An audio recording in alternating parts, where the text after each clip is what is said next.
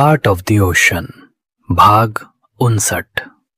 लक्ष्य के घर पर आकांक्षा काफी समय से उसे परेशान कर रही थी कि उसे आइसक्रीम खानी है। लक्ष्य अपना सिर पकड़कर बैठा था और खुद से कह रहा था, आखिर वो डॉक्टर कम बिजनेसमैन इसे कैसे संभालता है। मैं तो कुछ ही घंटों में पागल हो रहा हूं।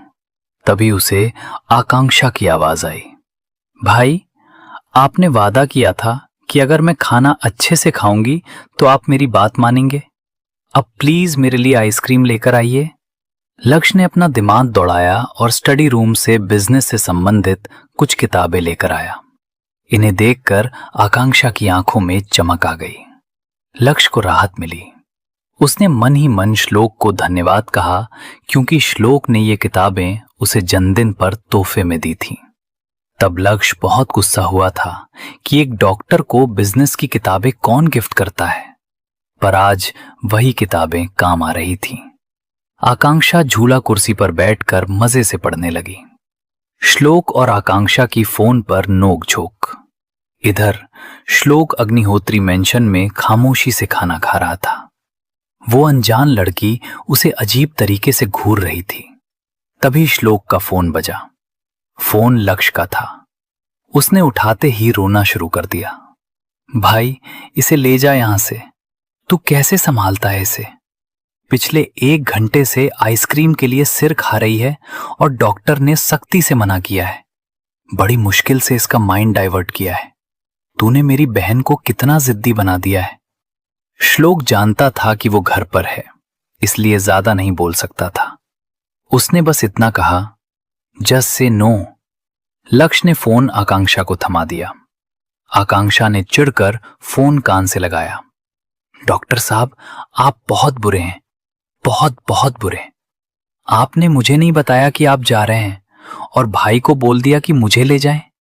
देखना, अब मैं वापस नहीं आऊंगी और भाई के साथ यहीं रहूंगी। ये कहकर उसने फोन काट दिया। लक्ष्य मुंह फाड़े आकांक्षा को देख रहा था। जिस आदमी से बड़े बड़े नेता और अपराधी भी कांपते हैं, आकांक्षा उससे ऐसे बात कर रही थी जैसे वो कोई मुजरिम हो।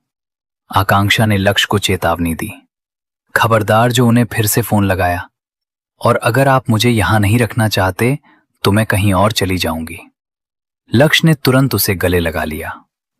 मेरी प्रिंसेस कहीं नहीं जाएगी, अभी उसका भाई जिंदा है। ये अपनापन पाकर आकांक्षा की आंखों में आंसू आ गए।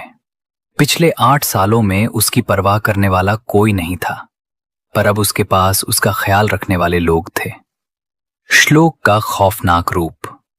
उधर श्लोक अपने ब्लैकआउट फोन को घूर रहा था।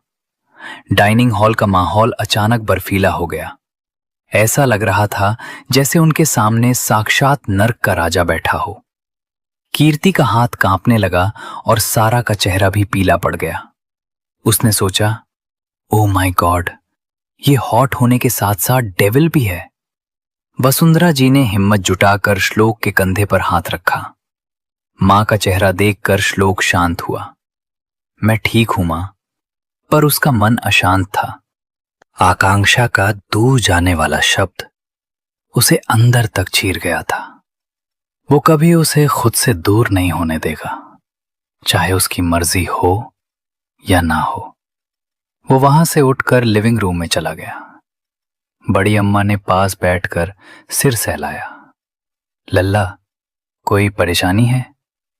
श्लोक ने कहा, बस बिजनेस की कुछ बातें हैं। केशव और सार्थक एक दूसरे को देखने लगे। वे जानते थे कि बिजनेस में श्लोक बहुत खतरनाक है। केशव ने माहौल हल्का करने के लिए कहा, सार्थक इस बार प्रोजेक्ट पर अच्छा काम कर रहा है, वो तुम्हें निराश नहीं करेगा। श्लोक ने ठंडे स्वर में कहा, यह उसकी परफॉर्मेंस पर निर्भर करता है। सारा की एंट्री और मेनका की साजिश। तभी वो लड़की कपड़े बदलकर वहां आई। उसने एक छोटी ड्रेस पहनी थी। बड़ी अम्मा ने उसे घृणा से देखा। मेनका ने परिचय कराया, बेटा, ये मेरी सहेली की बेटी सारा दीवान है। इसके पिता को तुम जानते होगे, ऑस्ट्रेलिया में तुम्हारे साथ उनकी बिजनेस डील हुई थी। इसे इंडिया घूमना था, तो मैंने इसे अपने घर में रख लिया। अपना घर शब्द श्लोक को चुभा। उसे याद आया कि कैसे उसके पिता ने केशव चाचा को घर और बिजनेस सेट करके दिया था, पर उन्होंने सब बर्बाद कर दिया और अंत में श्लोक के पिता को ही उन्हें अपने साथ रखना पड़ा। केशव जी ने बात आगे बढ़ाई, क्यों ना तुम इसे अपनी कंपनी में कोई जॉब दे दो। देव अकेला सारा काम संभाल नहीं पाता, तो इसे अपनी सेक्रेटरी बना लो। सारा की आंखों में चमक आ गई। श्लोक ने बिना किसी भावना के केशव जी को देखा और कहा, देव सालों से मेरे साथ है, उसे कोई दिक्कत होगी तो वो खुद बता देगा। मुझे किसी एक्स्ट्रा असिस्टेंट की जरूरत नहीं है। मां, मैं आज यहीं रुक रहा हूं।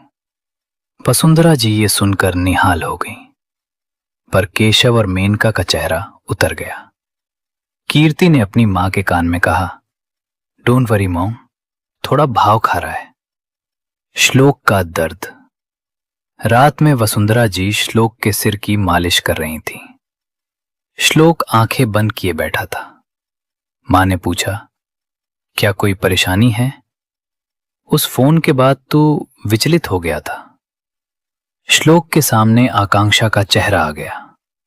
उसने धीरे से कहा, बस मां, ऐसा लग रहा है जैसे मैं फिर से कुछ खो ना दूं। वसुंधरा जी ने उसे ढांढस बंधाया। ऐसा क्यों सोच रहा है? हम सब तेरे साथ हैं।